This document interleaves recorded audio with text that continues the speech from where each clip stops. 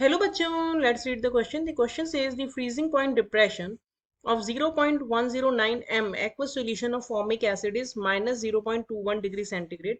Calculate the equilibrium constant for the reaction. HCOOH is giving H plus ion and HCOO negative ion.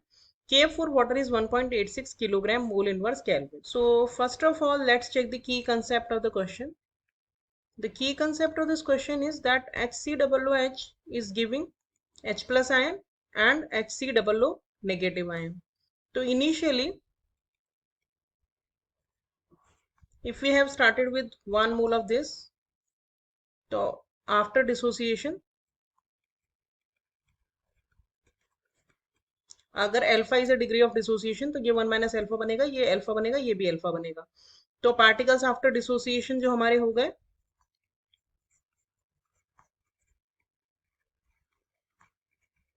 वो हो जाएंगे 1 minus alpha plus alpha यानी कि 1 plus alpha. तो आई जो है वो आ जाएगा हमारा 1 प्लस अल्फा डिवाइडेड बाय 1 यानी कि particles before dissociation.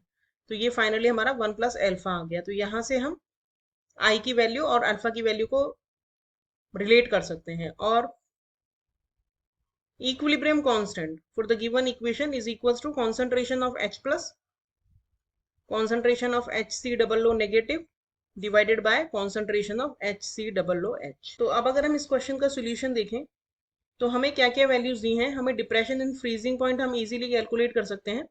Freezing point of solvent minus freezing point of the solution. तो फ्रीजिंग पॉइंट सॉल्वेंट यानी वाटर का होता है 0 डिग्री सेंटीग्रेड माइनस हमें सोल्यूशन का दिया हुआ है माइनस 0.121 डिग्री सेंटीग्रेड. तो हमारे पास डिप्रेशन इन फ्रीजिंग पॉइंट आ जाएगा 0.21 degree centigrade.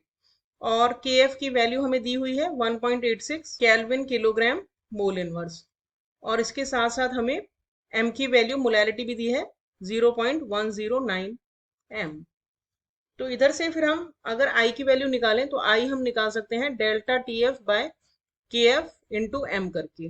Delta T F है 0.21, के एफ है 1.86 और एम है 0.109. तो यहाँ से ये आ जाएगा 1.036. और हमने देखा था इक्वेशन में कि आई जो है 1 प्लस की कंसेप्ट में हमने देखा था 1 प्लस एल्फा था. तो एल्फा आ जाएगा यहाँ से आई माइनस 1. तो आई है 1.036 तो एल्फा आ जाएगा 0.036. और के यानी आयनाइजेशन कांस्टेंट वो हो जाएगा concentration of H plus ion जो होगी C alpha. Concentration of HCOO negative ion वो भी C alpha divided by concentration of HCOO वो होगी सी 1 माइनस अल्फा. तो ये आ जाएगा C alpha square by 1 minus alpha.